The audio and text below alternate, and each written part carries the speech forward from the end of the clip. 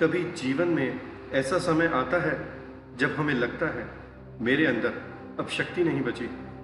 मैं ये कैसे करूँगा? मेरी क्षमता बहुत कम है। सामने की परिस्थिति मुझसे बड़ी है। लेकिन क्या केवल अपनी शक्ति कम महसूस होने के कारण हमें प्रयास करना छोड़ देना चाहिए? श्री भक्तामृत स्तोत्र की 5वीं गाथा इस प्रश्न का उत्तर एक अत्यंत सुंदर उदाहरण से देती है। तो आराम से बैठ जाइए, अपनी आंखें बंद कर लीजिए, अपने कंधों को ढीला छोड़ दें, चेहरे शांत होने और अपनी श्वास को सहज होने। धीरे से श्वास को भीतर की ओर धीरे धीरे बाहर की ओर छोड़ें। एक बार फिर श्वास भीतर लें और धीरे से बाहर छोड़ें। आज कुछ देर के लिए अपनी कमजोरियों को भूलिए नहीं, बल्कि उन्हें स्वीकार करके भी आगे बढ़ने का भाव रखिए। भक्तामृत स्तोत्र की 5वीं गाथा का मेरे साथ उच्चारण कीजिए। सोहम तथापि तव भक्तिवशं मुनीश कर्तुस्त्वमं विगत शक्तिरपि प्रवत्त प्रीत्यात्मवीर्यमविचार्य मृगेन्द्रं नाभ्येति किं न जिशिशोः परिपालनार्थम्।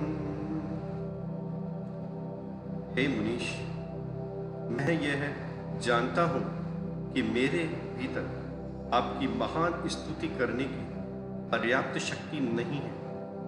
फिर भी आपकी भक्ति के कारण मैं आपकी स्तुति करने के लिए प्रयास कर रहा हूं। क्योंकि क्या ऐसा नहीं होता कि एक छोटी सी मृगी भी अपने बच्चे की रक्षा के लिए अपने प्रेम और साहस के कारण सिंह के सामने जाने से पीछे नहीं हटती? यही इस गाथा का अद्भुत भाव है। प्रेम और भक्ति कभी कभी उस साहस को जगा देते हैं जिसे हम अपनी शक्ति से पैदा नहीं कर पाते। सोचिए, एक ओर है मृग, हिरण, और दूसरी ओर है सिंह, शेर। शक्ति की तुलना करें तो कोई मुकाबला नहीं, लेकिन जब उसके सामने हिरण का बच्चा होता है तो उसके भीतर का प्रेम उसके भय से बड़ा हो जाता है। इसका अर्थ यह नहीं है कि हिरण शेर से अधिक शक्तिशाली हो गई, बल्कि उसका प्रेम उसके भीतर के साहस को जगा देता है। यही अंतर है शक्ति और साहस में। भक्ति का अर्थ केवल भगवान से कुछ मांगना नहीं है।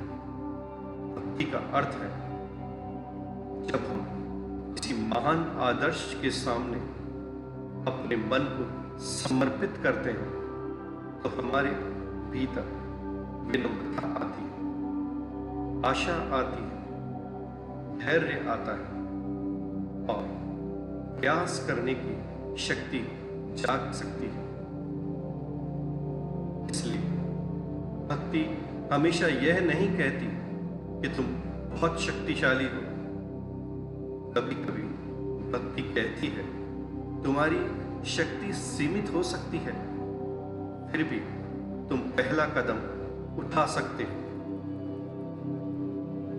आज हमारे जीवन में भी कई ऐसी परिस्थितियां आती हैं, व्यवसाय में नुकसान, आर्थिक दबाव, परिवार की जिम्मेदारियां, नई शुरुआत का डर, उम्र बढ़ने के बाद कुछ नया करने की झिझक या किसी कठिन परिस्थिति का सामना।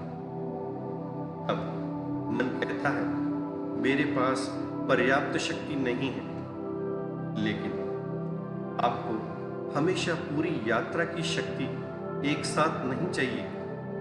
आपको केवल अगला कदम उठाने की शक्ति चाहिए। आज एक कदम, कल दूसरा कदम, और धीरे धीरे रास्ता बनता जाता है। कमजोरी को स्वीकार करना हार मानना नहीं है। कभी कभी यह स्वीकार करना कि हाँ, मैं अभी कमजोर हूं, आपको वास्तविकता से जोड़ता है। फिर आप पूछ सकते हैं, अब मैं क्या कर सकता हूं? और यही प्रश्न निराशा को प्रयास में बदल सकता है। भक्ति आपको अपनी सीमाओं से भागना नहीं सिखाती।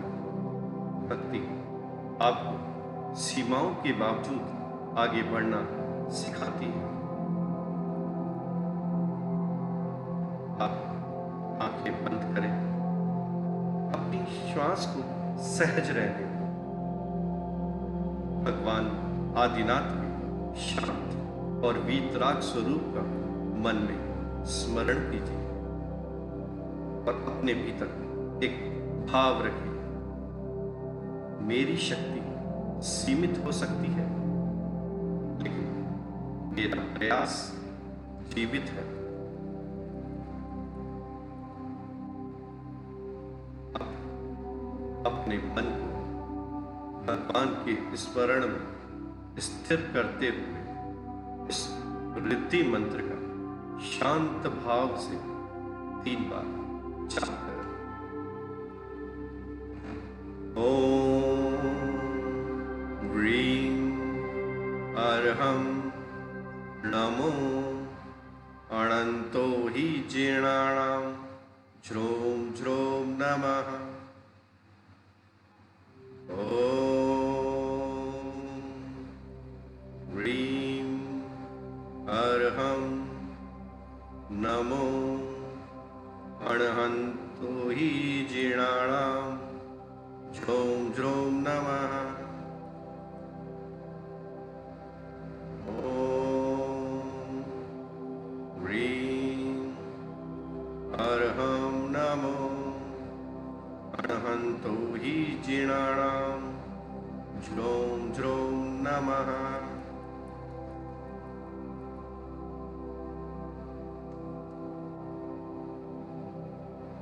अब मंत्र की ध्वनि को धीरे धीरे मौन में विलीन होने दें।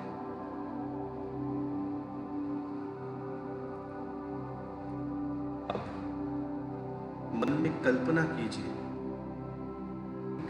छोटी सी मृगी अपने बच्चे के पास खड़ी है। उसके सामने एक विशाल शेर है। वह अपनी शक्ति को जानती है, लेकिन अपने प्रेम को भी जानती है। अब उस दृश्य को अपने जीवन से जोड़िए।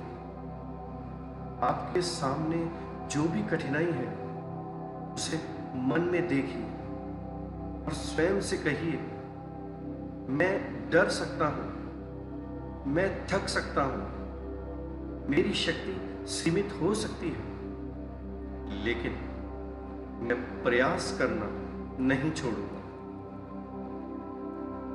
मन में कहिए, मैं अपनी कमजोरी को स्वीकार करता हूं, लेकिन मैं उसे अपनी अंतिम पहचान नहीं बनाऊंगा। मैं भय के बावजूद आगे बढ़ूंगा। मैं अपनी क्षमता के अनुसार प्रयास करूंगा। मैं कठिन समय में भी धैर्य रखूंगा और मैं अपने जीवन में भक्ति को केवल प्रार्थना नहीं बल्कि प्रेरणा बनाऊंगा। अब मन को भगवान आदिनाथ के वीतराग चरणों में समर्पित करते हुए गाथा 5 को एक बार फिर दोहराइए।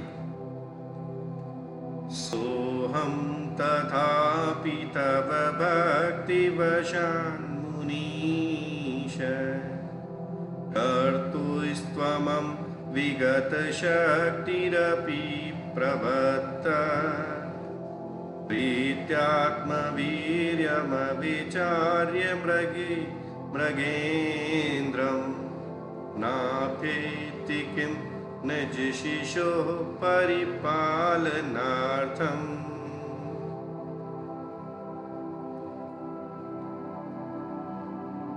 याद रखिए, हर बार आपको सबसे शक्तिशाली बनने की जरूरत नहीं है। कभी कभी आपको केवल इतना सा करना होता है, डर के बावजूद एक कदम आगे बढ़ना, क्योंकि भक्ति मन को झुकाती है और सच्ची भक्ति मन को उठाती है। अपनी शक्ति पर अहंकार मत कीजिए और अपनी कमजोरी से निराश भी मत होइए। प्रयास करते रहिए। प्रथम जिनेंद्र भगवान श्री आदिनाथ के वीतराग चरणों में श्रद्धा पूर्वक नमन करता हूं। नमो अरिहंताणम्।